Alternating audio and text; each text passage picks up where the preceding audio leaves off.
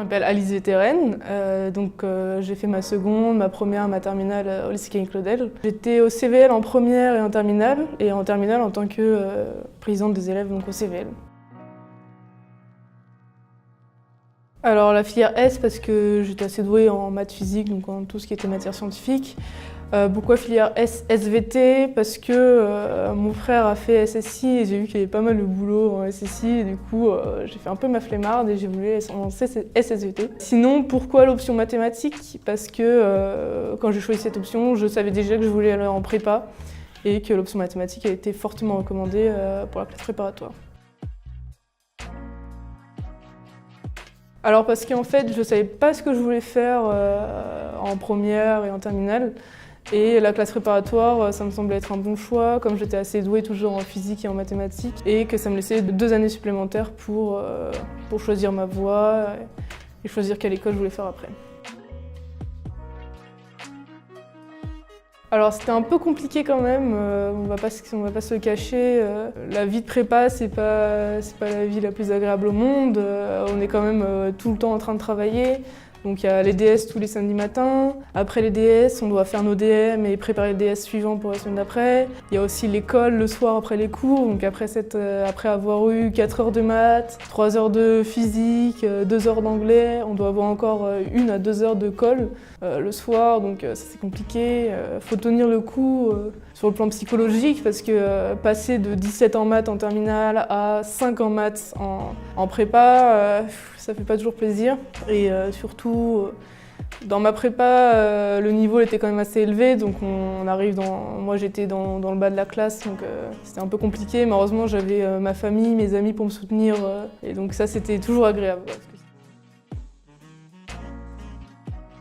Ce qui m'a fait tenir, c'est qu'on m'avait dit que l'école d'ingénieur, ça me permettrait d'avoir un bon niveau de vie après, un bon salaire, un bon métier, et qu'en plus, pendant les années d'école d'ingénieur, c'était vraiment super au niveau associatif, au niveau des cours, que j'allais pas du tout m'ennuyer et ni être aussi stressée qu'en prépa, quoi. Que c'était vraiment la belle vie quoi, en école d'ingénieur après, et que ça valait le coup de faire 2 ans de prépa et de se tuer un peu à la tâche en prépa.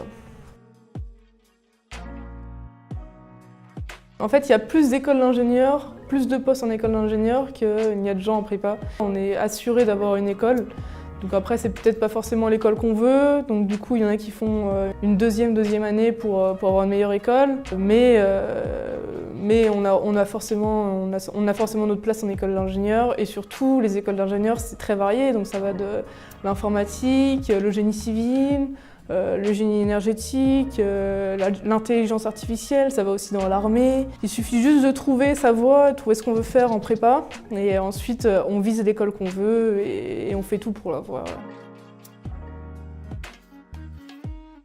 Alors oui, forcément, j'encourage les filles à aller dans cette voie. Il faut savoir que dans mon école, on est 20% de filles, donc ce qui est quand même assez peu. Moi, je suis totalement pour le fait que les filles aillent de plus en plus vers le métier d'ingénieur, les métiers techniques. Moi personnellement, j'aimerais bien me diriger vers le génie civil. Donc sur les chantiers, on voit quasiment pas de filles. C'est compliqué pour une fille de se frayer un chemin parmi tous ces hommes, mais je ne peux qu'encourager les filles à faire prépa et aller en école d'ingénieur. Voilà. Alors en prépa, en tout cas en prépa ingénieur, faut pas se dire qu'on est là, qu'on va se taper sur les autres, qu'on va se mettre des bâtons dans les roues, que c'est vraiment horrible. Pas du tout. En prépa, on est vraiment solidaires, donc on s'entraide pour les DS, pour les DM.